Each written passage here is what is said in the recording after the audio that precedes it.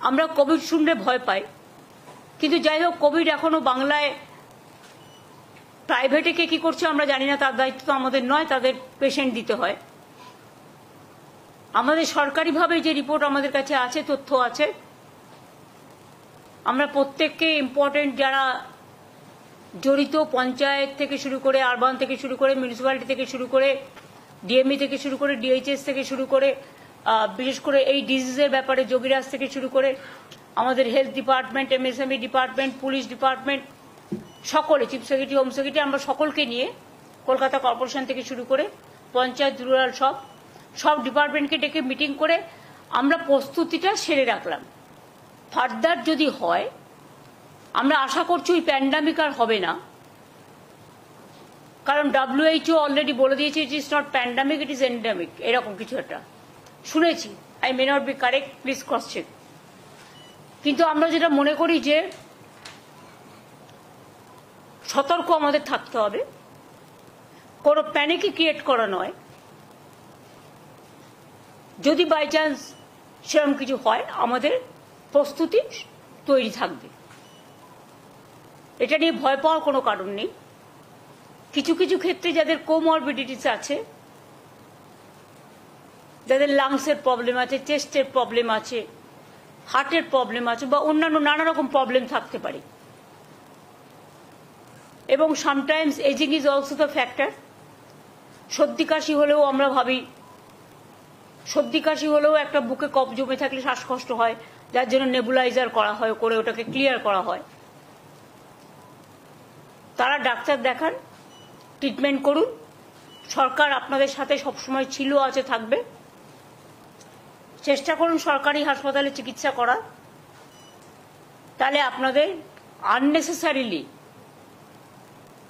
কোনো একটা অসুখের নামে বেশি টাকা খরচ হবে না। যার সত্যি প্রয়োজন তাকে যা যা দেওয়া দরকার সবকিছুই সরকারি হাসপাতালে আছে, এবং এখন অ্যান্টি কোভিডও ভ্যাকসিন বেরিয়ে গেছে, ভ্যাকসিন সবাই নিয়েছে।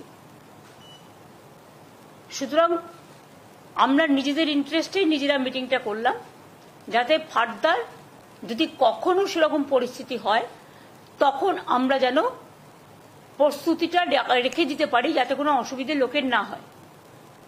কিন্তু এখনই আমরা এ ব্যাপারে কোনো সিদ্ধান্ত নিচ্ছি না, তার কারণ সেই সিচুয়েশন তৈরি এখনো হয়নি।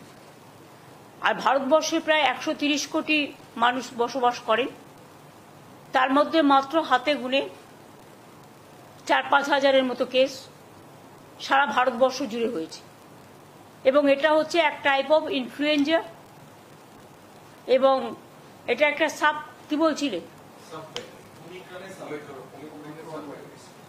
Omicron virus. এটা আমি যোগীকে বলবো একটু এক্সপ্লেন করে দিতে 2 মিনিট, সুতরাং সবাই ভয় পাবে না।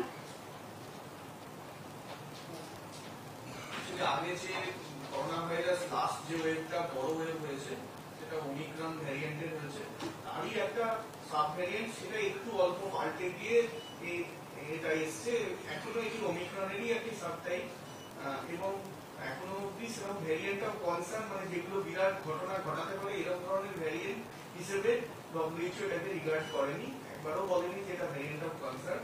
তো সাধারণ সর্দি কাশি জ্বরের মতোই এটি হবে, এবং দ্রুত ছড়িয়ে দ্রুত এই ওয়েভটা চলে যাওয়ারই আমরা এক্সপেকটেশন রাখছি। তবুও ম্যাডাম যেরকম বলছেন সেরকম ভাবে আমাদের তৈরি থাকার ব্যবস্থা করতে হবে। বর্ষাকালে, শীতকালে একটুখানি সর্দি কাশি হয়, সুতরাং সেটারও মাত্রা কমে গেছে, যেটা এনারা বলছেন, মানে বিশেষজ্ঞরা। সুতরাং কোভিড নিয়ে এখনই আতঙ্কিত হওয়ার কোনো কারণ নেই, প্যানিকি হওয়ারও কোনো কারণ নেই।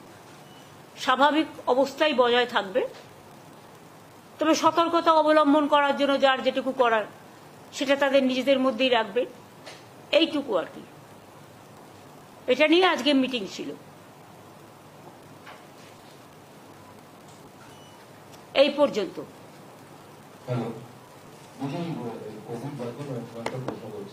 না, অন্য কোনো কোশ্চেন এখানে হবে না, এটা অফিসাররা প্রত্যেকে আছে, অনলি এটা Covid related meeting, nothing else.